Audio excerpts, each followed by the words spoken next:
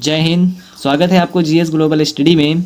आज हम देखने वाले हैं मॉडल पेपर जो कि सामाजिक विज्ञान का क्लास 10th का, जिसमें देखेंगे कि इस पूरे मॉडल पेपर को हमने 4 भागों में इसको 4 मॉडल पेपर इसमें करवाएंगे। ठीक, जिसमें 4 में ये होगा कि इतिहास का एक अलग वीडियो रहेगा, इसमें हर खंड का एक अलग अलग वीडियो रहेगा, जिसमें कि उसी 4 वीडियो में हम कोशिश करेंगे कि जो भी बोर्ड एग्ज़ाम में क्वेश्चन आने की संभावना है, यानी जो 4 ही क्लास में, ऐसा कह सकते हैं कि 4 ही क्लास से वो 20 MCQ बोर्ड में आएंगे। ठीक, तो ये हमने इतिहास खंड का पूरा निचोड़ जो है इसमें आज लेकर आए हैं आप लोगों के सामने, जिसमें आज का हमारा पहला क्वेश्चन है इस इतिहास खंड से। उसके बाद में फिर अगला हमारा खंड होगा जियोग्राफी का। ऐसे करते हम चारों खंड लेकर चलेंगे। ठीक, लेकिन आज का हमारा जो पहला खंड से क्वेश्चन है कि जर्मनी का राष्ट्र रूपक था। काफ़ी इंपॉर्टेंट क्वेश्चन है कि जर्मनी का राष्ट्र रूपक था, तो इसमें सही ऑप्शन होगा जर्मोनिया। ठीक, तो जर्मोनिया जो है ये जर्मनी का राष्ट्र रूपक था। ठीक, उसके बाद में अगला क्वेश्चन है मार्टिन लूथर थे। मार्टिन लूथर कौन था? तो मार्टिन लूथर एक जो है धर्म सुधारक था। ठीक, तो यहाँ पर कंफ्यूज मत होना कि ये लिखा है अलग से कि एक समाज सुधारक और धर्म, तो इसमें धर्म सुधारक था। ठीक, उसके बाद में अगला क्वेश्चन है संयुक्त राष्ट्र संघ का मुख्यालय कहाँ पर है? तो संयुक्त राष्ट्र संघ का मुख्यालय ये न्यूयॉर्क में है। कहाँ पर है? न्यूयॉर्क में। ओके, उसके बाद में अगला क्वेश्चन है क्वेश्चन नंबर 4। चौथा क्वेश्चन है कि फ्रांस की क्रांति हुई थी। ठीक, तो जल्दी से इसको बताएं कि फ्रांस की क्रांति कब हुई थी? तो फ्रांस की क्रांति हुई थी 1789 में। ठीक, जुलाई 1789 में फ्रांस की क्रांति हुई थी। ठीक, उसके बाद में अगला है 5वां क्वेश्चन कि यंग इटली सोसाइटी का संस्थापक कौन था? इसको तो देखते ही आप लोगों को उत्तर इसका बताना है कि यंग इटली सोसाइटी का संस्थापक कौन था। ठीक, बहुत ही इंपॉर्टेंट क्वेश्चन है, जिसका सही ऑप्शन होगा ऑप्शन डी। ठीक, मैजिनी, या कहीं कहीं पर मेतेसिनी लिखा मिलेगा या मैजिनी, तो ये दोनों बात एक ही है। ठीक, उसके बाद में अगला है 6ठा क्वेश्चन कि राष्ट्रवाद का प्रारंभ किस देश से हुआ? सबसे पहले राष्ट्रवाद का जो उदय होता है वो किस देश में होता है? ठीक, तो क्लास में भी ये क्वेश्चन हम बताए थे कि बहुत इंपॉर्टेंट है, और ये जो राष्ट्रवाद का उदय होता है सबसे पहले फ्रांस में होता है। ठीक, आप लोग इसका उत्तर देते रहिए। उसके बाद देखते हैं 7वां क्वेश्चन कौन सा है कि जोसेफ मेतेसिनी द्वारा स्थापित गुप्त संगठन था। ये बहुत इंपॉर्टेंट है। ठीक, तो जोसेफ मेतेसिनी, अभी जो है क्वेश्चन नंबर 5, अगर इसमें देखें कि यंग इटली सोसाइटी का संस्थापक मैजिनी, और यहाँ पर जो जोसेफ मेतेसिनी लिखा है, ये दोनों जोसेफ मेतेसिनी या मेजिनी अलग अलग बुकों में अलग अलग नाम देखने को मिल सकता है। ठीक, तो इसमें यंग इटली के संस्थापक थे जोसेफ मेतेसिनी। उसके बाद में अगला क्वेश्चन है क्वेश्चन नंबर 8, वियना की संधि कब हुई थी? ये इंपॉर्टेंट है, काफ़ी इंपॉर्टेंट है।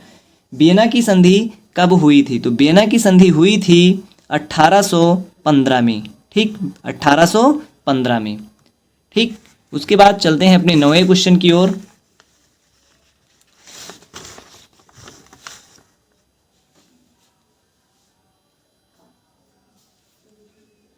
जिसमें हमारा 9वां क्वेश्चन है निम्नलिखित में से किसे 1871 में जर्मनी का प्रथम सम्राट घोषित किया गया था?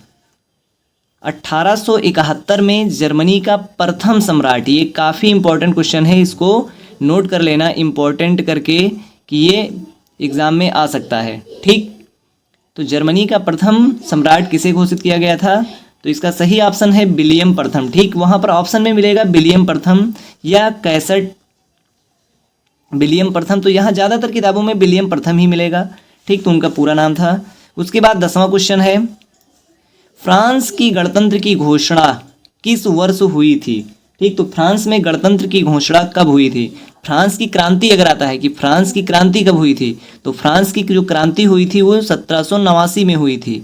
ठीक, लेकिन फ्रांस गणतंत्र कब बना था? तो गणतंत्र बना था फ्रांस 1848 में। ठीक, ये बहुत इंपॉर्टेंट क्वेश्चन है कि फ्रांस में गणतंत्र की स्थापना, क्रांति वाला क्वेश्चन आ चुका है, तो इसलिए इम्पॉर्टेंट है कि गणतंत्र को भी जानते रहें कि फ्रांस में गणतंत्र की घोषणा कब हुई थी, 1848 में। ठीक, उसके बाद 11वां क्वेश्चन है, निम्नलिखित में से किसका कथन है कि जब फ्रांस छींकता है, यानी जब फ्रांस छींकता है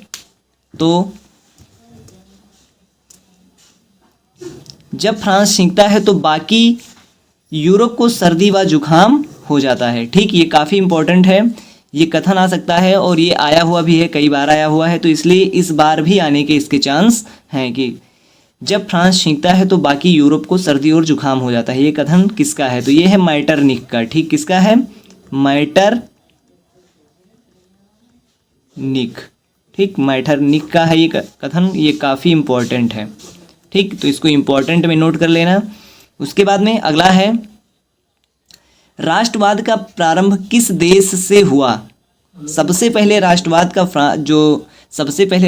का प्रारंभ होता है, वो सबसे पहले होता है फ्रांस से। ठीक, क्योंकि जानते हैं कि 1789 में फ्रांस में क्रांति होता है और 1848 में एक गणतंत्र की घोषणा होती है।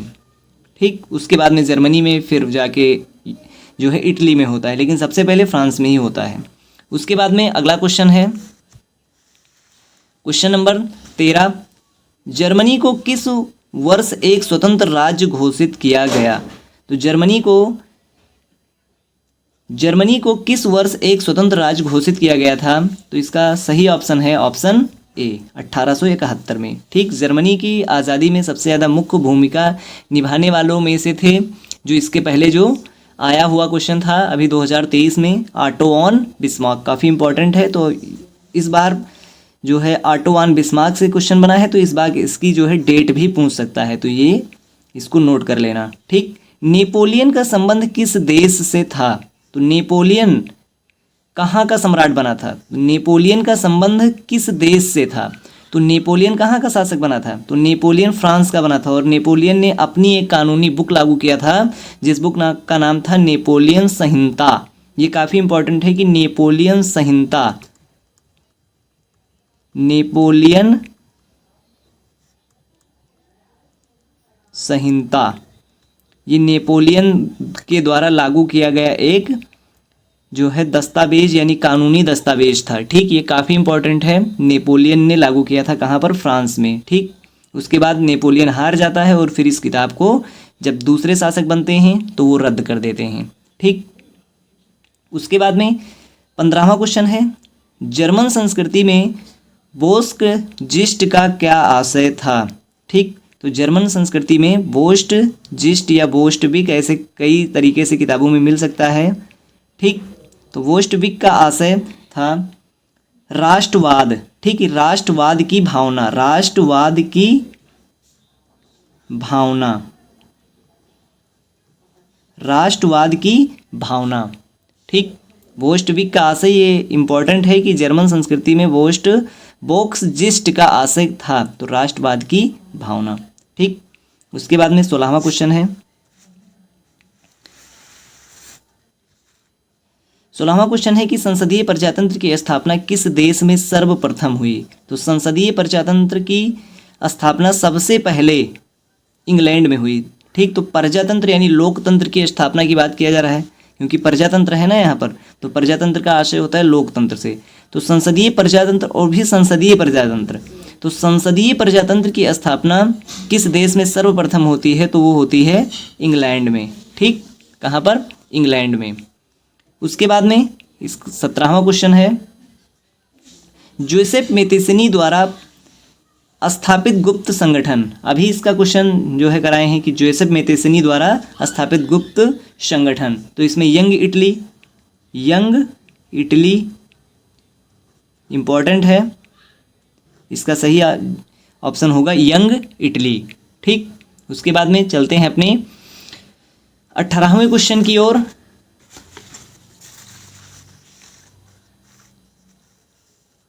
हमारा 18वां क्वेश्चन है, राउलेट एक्ट कब पारित हुआ था? ये काफ़ी इंपॉर्टेंट है। ठीक, रौलट एक्ट कब पारित हुआ था? तो रौलट एक्ट पारित हुआ था 1919 में। रौलट एक्ट 1919 में पारित हुआ था और इस रौलट एक्ट को काला कानून भी कहते हैं। कौन सा कानून? काला कानून। इस रौलट एक्ट के संदर्भ में कहा गया है कि ना कोई वकील, ना कोई दलील, ना कोई अपील। इसको जो है मोस्ट इम्पॉर्टेंट में इसको नोट कर लो, ना कोई वकील, ना कोई दलील, ना कोई वकील, ना कोई दलील, ना कोई अपील। ठीक, ना कोई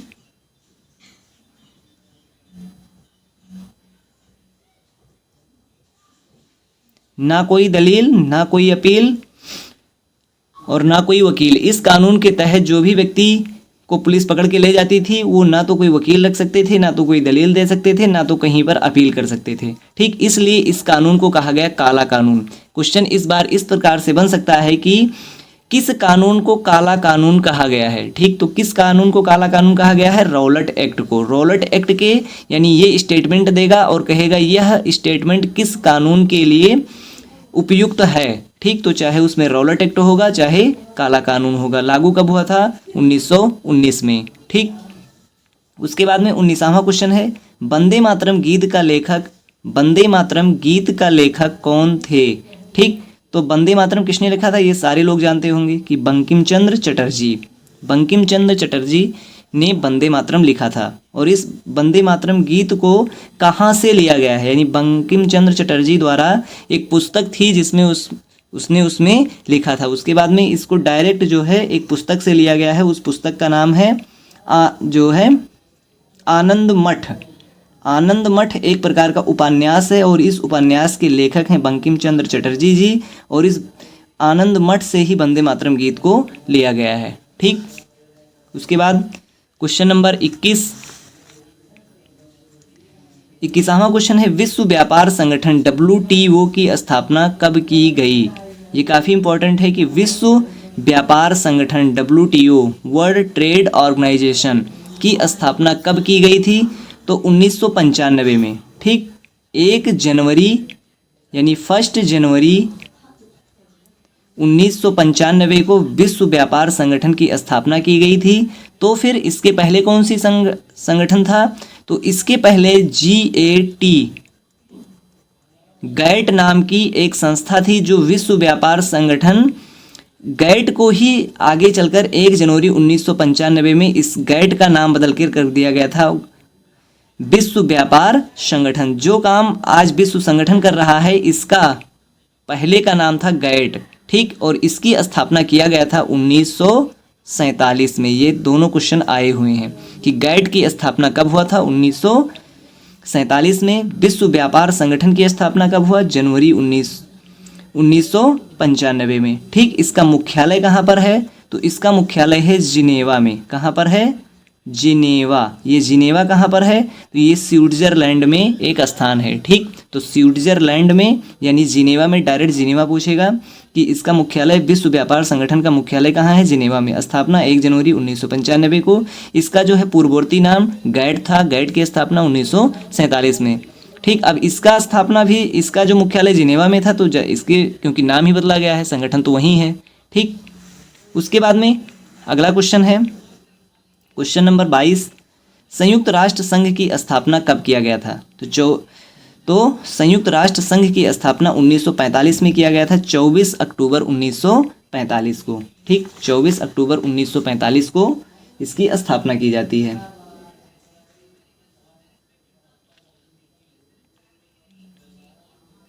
उसके बाद में अगला है, औद्योगिक क्रांति सर्वप्रथम कहाँ पर हुई? यानी विश्व में ऐसा क्वेश्चन आ सकता है कि विश्व में सबसे पहले औद्योगिक क्रांति किस देश में हुई? तो सबसे पहले जो विश्व में औद्योगिक क्रांति होती है, ठीक, वो होता है इंग्लैंड में। ठीक, कहाँ पर होता है? इंग्लैंड में। इंग्लैंड में सबसे पहले औद्योगिक क्रांति होता है। उसके बाद क्वेश्चन नंबर 24 है, बम्बई में पहला कपड़ा मिल कब खुला? बम्बई में पहला कपड़ा मिल कब खुला? बम्बई में पहला कपड़ा मिल कब खुला? ये 1854 में। ठीक, 1854 में। उसके बाद में अगला क्वेश्चन है, केसरी समाचार पत्र का प्रकाशन किसने किया था? केसरी समाचार पत्र का प्रकाशन किसने किया था? तो केसरी समाचार पत्र का प्रकाशन किए थे बाल गंगाधर तिलक ने। ठीक, बाल गंगाधर तिलक ने केसरी समाचार पत्र का प्रकाशन किया था। उसके बाद में 26वां क्वेश्चन है, वर्नाकुलर प्रेस एक्ट कब लागू किया गया? ठीक, तो वर्नाकुलर, ये इसको नोट कर लेना, एग्जाम में छपेगा ये डायरेक्ट कि वर्नाकुलर प्रेस एक्ट कब लागू किया गया था। तो ये लागू किया गया था 1878 में। ठीक, 1878 में वर्नाकुलर प्रेस एक्ट, ये जो है ये पत्रकारिता से संबंधित एक कानून बनाया गया था। ठीक, तो यही वर्नाकुलर प्रेस एक्ट आया था 1878 में। ठीक, उसके बाद में चलते हैं अपने क्वेश्चन नंबर 27 की ओर, जिसमें हमारा आज का 27वां क्वेश्चन है, जापान की सबसे पुरानी पुस्तक डायमंड सूत्र का कब छपी थी? डायमंड सूत्र, जापान की सबसे पुरानी पुस्तक डायमंड सूत्र कब छपी थी? ठीक, तो डायमंड सूत्र छपी थी 868 ईस्वी में। कब छपी थी? 868 ईस्वी में डायमंड सूत्र। ठीक, डायमंड सूत्र, डायमंड सूत्र इसको याद रखना 868। ठीक, जापान की सबसे पुरानी पुस्तक है, ये भी याद रखना कि डायमंड सूत्र किस देश की सबसे पुरानी पुस्तक है? जापान की। ठीक, कब छपी थी? 868। यहाँ से 3 प्रकार के क्वेश्चन बन सकते हैं। एक तो कहाँ की है, जापान की सबसे पुरानी पुस्तक का नाम क्या है, और जापान की, अगर ये दोनों दे दिया तो ये पूछेगा, ये दोनों दिया तो ये पूछेगा, या ऐसे करके यहाँ से 3 प्रकार से क्वेश्चन बन सकता है। ठीक, उसके बाद में 28वां क्वेश्चन है, रामचरितमानस के पहले संस्करण का प्रकाशन कब और कहाँ हुआ था? रामचरितमानस के पहले संस्करण का प्रकाशन कब और कहाँ हुआ था? ये इस बार ये छपेगा बोर्ड एग्जाम में। ठीक, रामचरितमानस के पहले संस्करण का प्रकाशन कब और कहाँ हुआ था? तो ये हुआ था 1810 में कलकत्ता में। ठीक, 1810 कलकत्ता में हुआ था। बहुत इंपॉर्टेंट है ये क्वेश्चन। उसके बाद में हमारा क्वेश्चन है 29, क्वेश्चन नंबर 29, भारत में सबसे पहले किस भाषा में पुस्तकें छपी थी? यानी भारत में जब सबसे पहले, यानी पहली पुस्तक कोई छपी होगी। ठीक, कोई प्रेस नहीं था, पहले लोग हाथ से लिखते थे, वो भी सेंठा का जो है कलम बना के इंक से। तो उसमें सबसे पहले जो किताब छपी थी वो किस भाषा में थी? ठीक, तो वो थी कोंकणी भाषा में। कौन सी भाषा में? कोंकणी भाषा में। ठीक, उसके बाद में अगला है 30वां क्वेश्चन, जेम्स ऑगस्टन हिक्की, यानी जो है कहीं के किताबों में मिलेगा जेम्स हिक्की, ऑगस्टन नहीं मिलेगा जल्दी, बस जेम्स हिक्की। तो जेम्स हिक्की ने बंगाल गजट नामक साप्ताहिक पत्रिका का संपादन कब शुरू किया था? ठीक, तो जेम्स हिक्की ने बंगाल गजट नामक साप्ताहिक पत्रिका का संपादन कब शुरू किया था? तो 1780 में। ठीक, ये काफ़ी इम्पोर्टेंट है और इसको नोट करना कि जेम्स हिक्की को ही भारत में पत्रकारिता का जनक माना जाता है, यानी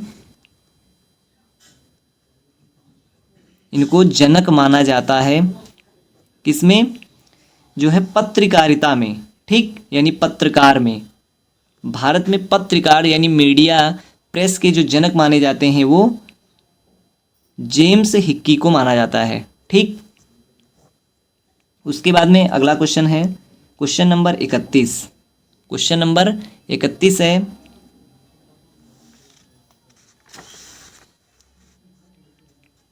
गीत गोविंद की रचना किसने की थी? गीत गोविंद की रचना किसने की थी? तो गीत गोविंद ये जयदेव ने किया था। किसने किया था? जयदेव ने। गीत गोविंद की रचना किसने किया? जयदेव ने किया था। ठीक, उसके बाद 32वां क्वेश्चन है, 1821 ईस्वी में संवाद कौमुदी, ठीक, 1821 में संवाद कौमुदी का प्रकाशन किसने शुरू किया था? राजा राम मोहन राय ने। राजा राम मोहन राय ने संवाद कौमुदी, ठीक, कहीं कहीं पर कैमुदी मिलेगा, कहीं कहीं पर कौमुदी भी मिलेगा। ठीक, उसके बाद बहुत इम्पोर्टेंट है गुलामगिरी। गुलामगिरी पुस्तक के लेखक कौन हैं? गुलामगिरी ज्योतिबा फुले। ठीक, ज्योतिबा फुले। ज्योतिबा फुले जो है गुलामगिरी के लेखक हैं। उसके बाद में 34वां क्वेश्चन है, हाथ से कागज पर हस्तलिखित पुस्तकों को कहा जाता है। हाथ से लिखने वाली पुस्तकों को कहा जाता है, जो पुस्तकें हाथ से लिखी जाती हैं उसको बोला जाता है पांडुलिपि। क्या बोला जाता है? पांडुलिपि। ठीक, तो हाथ से लिखने वाले पुस्तकों को पांडुलिपि कहते हैं। ठीक, उसके बाद में क्वेश्चन नंबर 35 है, गांधी जी दक्षिण अफ्रीका से भारत कब लौटे? तो गांधी जी ने दक्षिण अफ्रीका से भारत में 1915 में लौटे थे।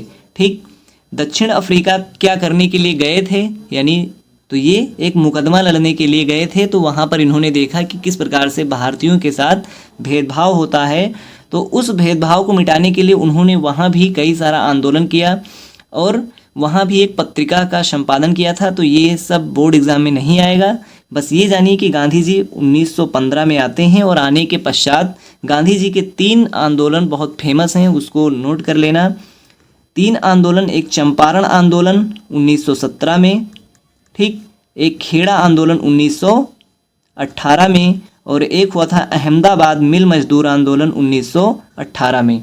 ठीक, तो गांधी जी के ये 3 आंदोलन बहुत इम्पोर्टेंट हैं। ठीक, उसके बाद में गांधी जी से यानी जो भारत में राष्ट्रवाद का उदय है चैप्टर, इससे काफ़ी क्वेश्चन जो है आता है। इन सारे चैप्टरों से सबसे ज़्यादा क्वेश्चन जो है भारत में राष्ट्रवाद के उदय से ही आता है और स्पेशल जो है गांधी जी और जो है स्वतंत्रता आंदोलन से क्वेश्चन आते हैं। ठीक, तो जो अगला जो हमारा नेक्स्ट क्लास होगा, यानी नेक्स्ट जो यहाँ पर क्वेश्चंस लेकर आएंगे, उसमें भारत में राष्ट्रवाद का उदय के साथ साथ ज्योग्राफी को भी जोड़ के एक कंप्लीट जो है क्वेश्चंस को लेकर आएंगे, जिसमें भारत में राष्ट्रवाद के उदय को छोड़कर यानी शेष जो यहाँ पर 4 चैप्टर हैं, उन सारे चैप्टरों का निचोड़ यहाँ पर प्रस्तुत किए हैं। उससे बाहर यानी इन सारे 35 क्वेश्चनों के बाहर एक भी क्वेश्चन इतिहास चैप्टर में राष्ट्रवाद को छोड़ के नहीं आएगा। ठीक, उसका जो है हम जल्द ही उसका भी एक वीडियो लेकर आएंगे, जिसमें उसको भी कंप्लीटली उसको कवर कर देंगे। ठीक, तो फिर मिलते हैं नेक्स्ट क्लास में। तब तक के लिए आप लोग पढ़ते रहिए और शेयर करिए। जय हिंद।